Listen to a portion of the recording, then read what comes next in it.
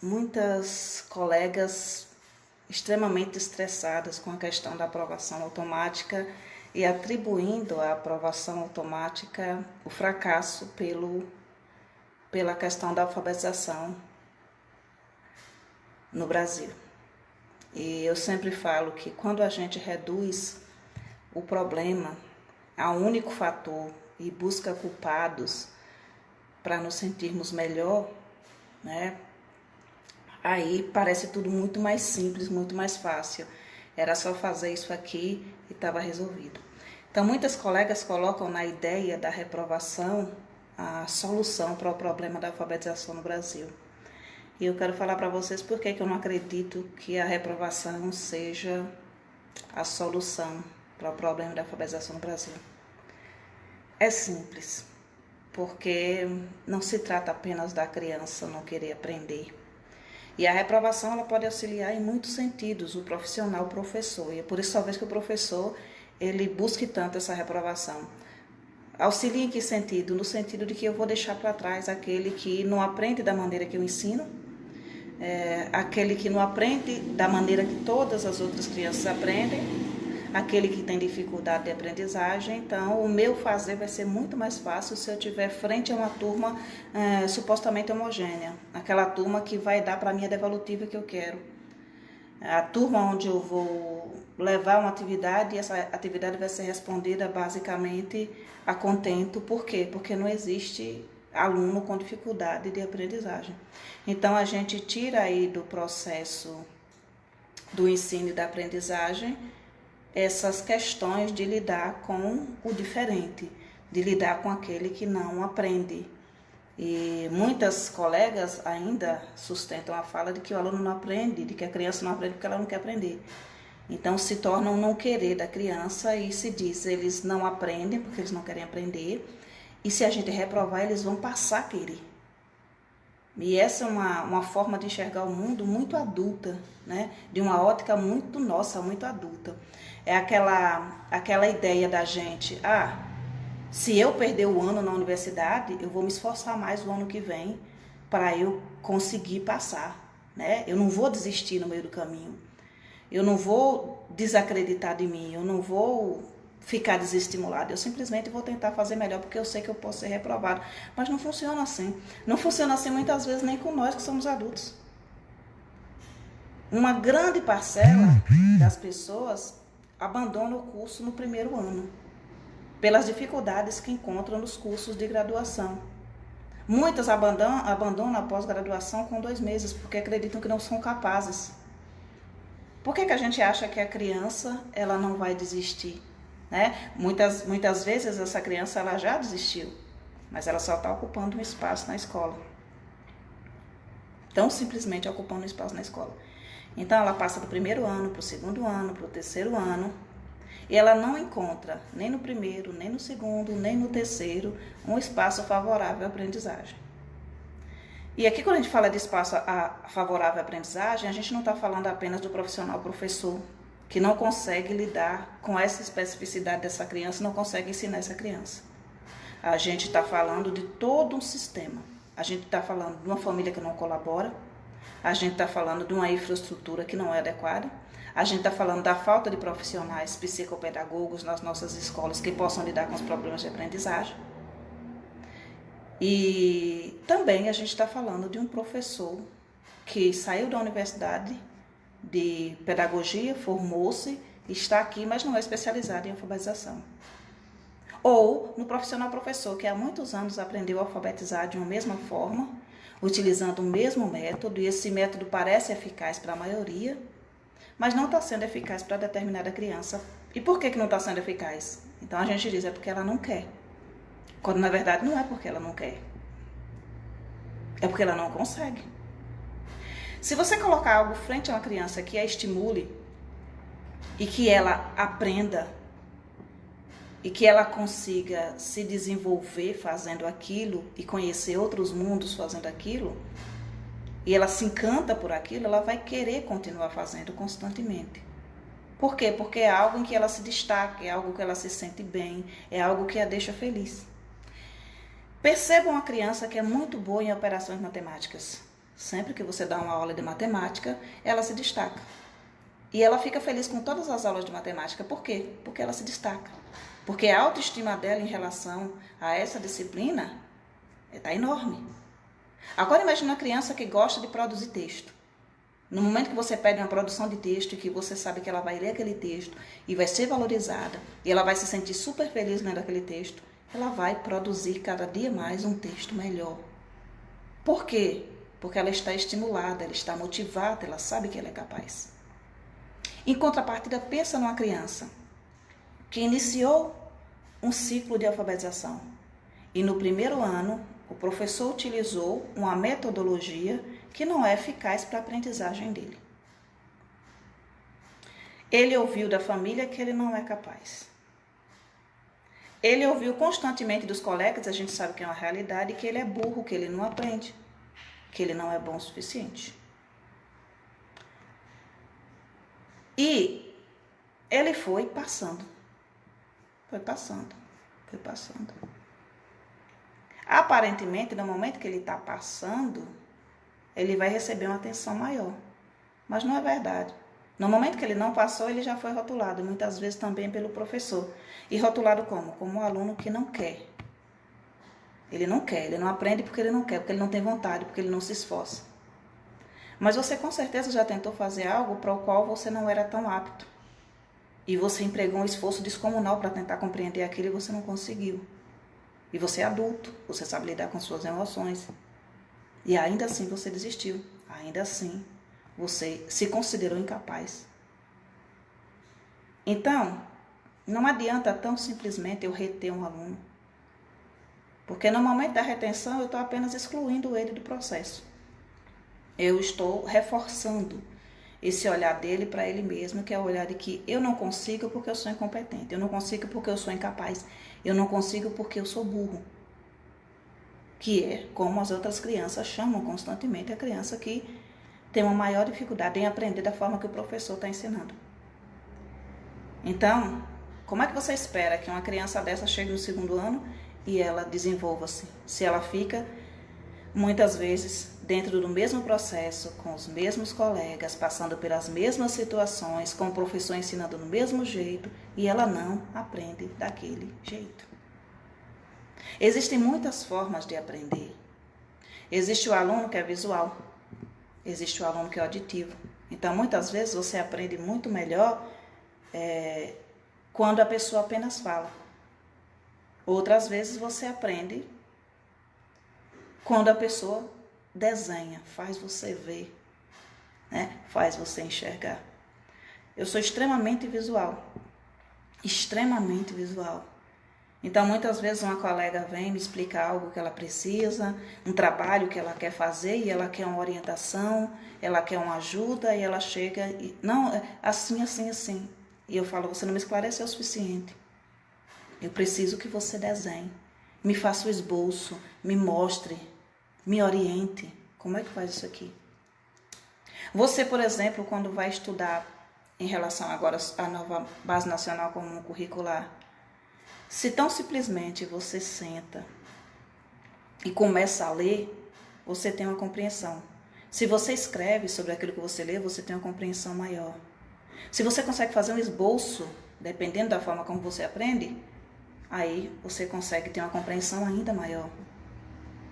Então, os colegas dizem, eu estou com dificuldade sobre como organizar esse planejamento, esse plano de aula, dentro dessa estrutura, dessa forma que me é pedido pela minha coordenadora. Então, essa dificuldade que você tem, esse processo que você leva até você entender a maneira correta de fazer, a maneira adequada que o seu coordenador quer, esse estresse que você passa contínuo, a criança, ela passa também. Só que sabendo lidar muito menos com as emoções. E você, nesse processo de aprendizado, no momento que você vê o esboço, um modelo, uma estrutura de como construir isso, você se enxerga na sua prática e você começa a fazer. Porque foi lhe ensinado de outra forma. Porque o seu coordenador pensou em trazer de uma maneira que você conseguisse compreender. A aprovação automática, para mim, não é o problema para o índice alto de analfabetismo que a gente tem ou de analfabetos funcionais que a gente tem. Porque também não adianta você ensinar uma criança dentro de uma perspectiva de aprender a ler simplesmente para codificar, para decodificar, para aprender a ler e para aprender a escrever, quando ela não lê o mundo, quando ela não compreende. A gente tem dentro da nossa área muitos profissionais, professores que não conseguem cruzar aquilo que foi lido com a realidade. Não conseguem trazer isso para a realidade, não conseguem refletir sobre a teoria e trazer essa teoria para a realidade, que só conseguem fazer de um único jeito, porque aprenderam a fazer desse jeito e acreditam que porque a maioria aprende desse jeito, todos os outros têm que aprender do mesmo jeito, ou seja, o que tem dificuldade de aprendizagem, ele tem que se adequar. Não sou eu que tenho que buscar formas de ele aprender. E esse é um problema seríssimo. A gente precisa urgentemente pensar nessa alfabetização e nesse letramento como um processo contínuo e como aquilo que ele é, um processo. E não algo que começa hoje e termina hoje. Mas a gente não tem apenas o problema da criança que não está aprendendo. A gente tem o problema do professor que está ensinando da mesma forma. Para todos. Que está buscando a mesma resposta de todo mundo ao mesmo estímulo. Que está dentro de um tradicionalismo muito puro. E não consegue fazer uma leitura da realidade onde você tem crianças que são diferentes, crianças que estão imersas em um mundo tecnológico.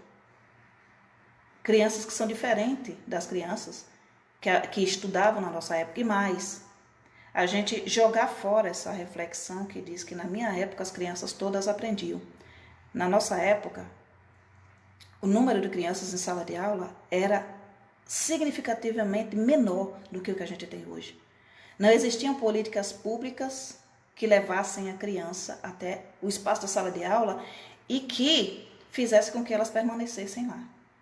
Então, você tinha um número menor de crianças chegando até a escola, porque boa parte estava em casa ou trabalhando com os pais. Você tinha um processo em que a criança ela era retida ou ela era expulsa se ela não se adequasse. Então, você retirava do meio educacional todas as crianças que eram inadequadas, que você acreditava que eram tratadas como adulto. Ou seja, esse comportamento é inadequado, então vamos jogar fora. Essa criança não está aprendendo, então vamos lançá-la fora do sistema. Então você tinha um índice de evasão escolar muito grande. Então essa ideia de que todos aprendiam é uma falácia, é algo falso. Porque não é que todos aprendiam, é que eles eram excluídos do processo, eles eram retirados de lá. Se a gente buscar hoje como forma de resolver o problema da alfabetização, para que nos índices a gente tenha apenas crianças que saibam ler e escrever, usando como um método, como um mecanismo a reprovação e a exclusão e a expulsão do aluno que não aprende e do aluno que não se adequa, a gente vai ter os mesmos índices de antigamente. Então vai estar tudo isso muito mascarado. Entende? Então se você conquista a reprovação para as crianças que estão em processo de alfabetização, você conquista a reprovação e conquista a expulsão para aqueles que não se comportam da maneira adequada. Você não terá mais crianças alfabetizadas. Você terá mais crianças excluídas e um índice de crianças alfabetizadas que você tinha antigamente porque você está retrocedendo. E é aí que a gente precisa entender. A gente luta por um sistema onde a gente tem apoio de psicólogos, de psicopedagogos, da família, de assistentes sociais, como a gente agora já tem uma lei, né, que foi aprovada, graças ao bom Deus. A gente luta para que esse sistema ele melhore ou a gente continua progressivamente excluindo, retirando do processo, expulsando, para que a gente tenha aquela falsa ideia de que realmente todas as crianças que estão nesse sistema, elas querem aprender. E as outras não estão nesse sistema, não é porque a gente excluiu. É porque elas não querem aprender. A criança, ela quer aprender. O professor, ele quer ensinar. Mas a criança não aprende do jeito que o professor ensina. E o professor não quer ensinar de outro jeito. A criança, ela tem dificuldade de aprendizagem. E o professor não tem o apoio do psicopedagogo. A criança, ela é uma criança que não está se comportando da maneira adequada. Mas a escola não tem o apoio da família. O professor, ele quer ensinar de outra forma, mas ele só tem quadro e giz. Então, o menor dos problemas é a criança. A criança, quando ela chega no espaço, ela chega para aprender, ela chega disposta a aprender. O espaço desmotiva ou motiva? O espaço faz com que a criança tenha sede de saber ou com que a criança se sinta excluída e vá cada dia mais se distanciando e considerando isso menos importante.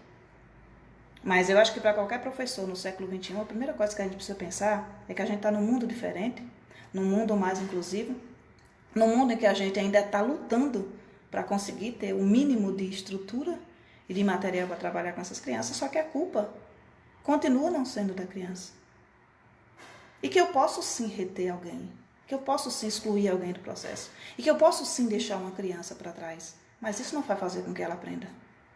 Ainda que se persiga e que se consiga isso, a criança sendo deixada para trás, sendo excluída do processo, não faz com que ela aprenda. Possivelmente vai fazer com que as crianças do segundo ano consigam avançar um pouco mais. As outras consigam avançar um pouco mais, porque elas vão estar numa sala onde o professor não vai ter que dividir a atenção com a criança que não está conseguindo progredir tanto. Por quê? Porque o professor está sozinho, só tem ele, não tem mais ninguém. Então ele tem que dividir essa atenção quando ele tem crianças que aprendem de forma diferente. Aí a gente passa por todo esse processo de alfabetização, dizendo, eles não aprendem porque eles não querem. Mas a gente não questiona as nossas metodologias, a gente não questiona os nossos materiais, a gente não questiona o nosso olhar. A gente questiona as famílias? Sim, por quê? Porque as famílias não ajudam, não auxiliam. Mas o papel menor nesse sentido seria o papel da família no sentido de ensinar. A gente precisaria da família no sentido de apoiar, no sentido de dar afeto para os filhos, mas não no sentido de ensinar, porque quem ensina é a gente, não no sentido de colocar em banca para reforçar essa criança, mas de cobrar do governo, de cobrar da gestão, dos órgãos, das instâncias superiores, que o filho deles tenha o acompanhamento que eles precisam ter, quando tem dificuldade de aprendizagem. Então, a gente não tendo uma sociedade que luta, que entenda esses pormenores e essa complexidade, a gente não tem avanço. Então não adianta regredir, não adianta tão simplesmente, vamos voltar aqui a como era na década de 80 e a gente joga fora quem não aprende. Quando eu estudava na década de 80, eu tinha colegas que tinham 15 anos e estavam iniciando na primeira série comigo. E era dificultoso para eles aprenderem.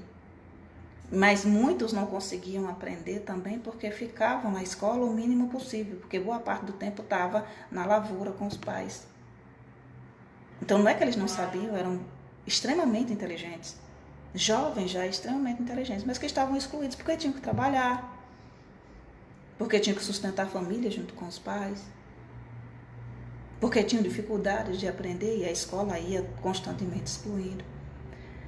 Alfabetizar uma criança é um processo, pode levar 2 meses, pode levar 2 semanas, pode levar 2 anos. A gente não pode usar como moleto o fato do tempo da criança para arrastar com ela até o 5º ano sem que ela aprenda. Existe uma defasagem, existe uma dificuldade. Por que essa criança não está aprendendo? E não é porque ela não quer aprender. Por que a criança não aprendeu a ler e escrever no 1º ano? Já tem que sinalizar para a gente um problema. Um problema na metodologia, um problema na formação do professor, um problema nas questões dos materiais que a gente tem utilizado, do método que a gente está utilizando, mas um problema também de falta de apoio familiar. A gente tem inúmeros problemas. Um problema de falta de apoio de gestão, porque a gente não tem um psicopedagogo. Reter uma criança, desencorajá-la a aprender, deixar claro para ela que ela é inadequada no processo, que só dependia do esforço dela, não dependia de mais nenhum. É a mesma coisa que a sociedade que diz para o professor, o problema da criança não aprender é só seu, porque você não ensina, porque não é só do professor. Mas pode ser também do professor. Mas o problema da criança não aprender não é porque ela não quer aprender. Não é porque ela está desestimulada apenas. É por N questões. E acho que a gente precisa encarar esse processo de uma forma mais... a observação desse problema de uma forma mais complexa do que tão somente se eles forem retidos, agora eles vão aprender. Porque nunca funcionou assim. Eles foram retidos e eles desistiram. Eles foram retidos e eles evadiram.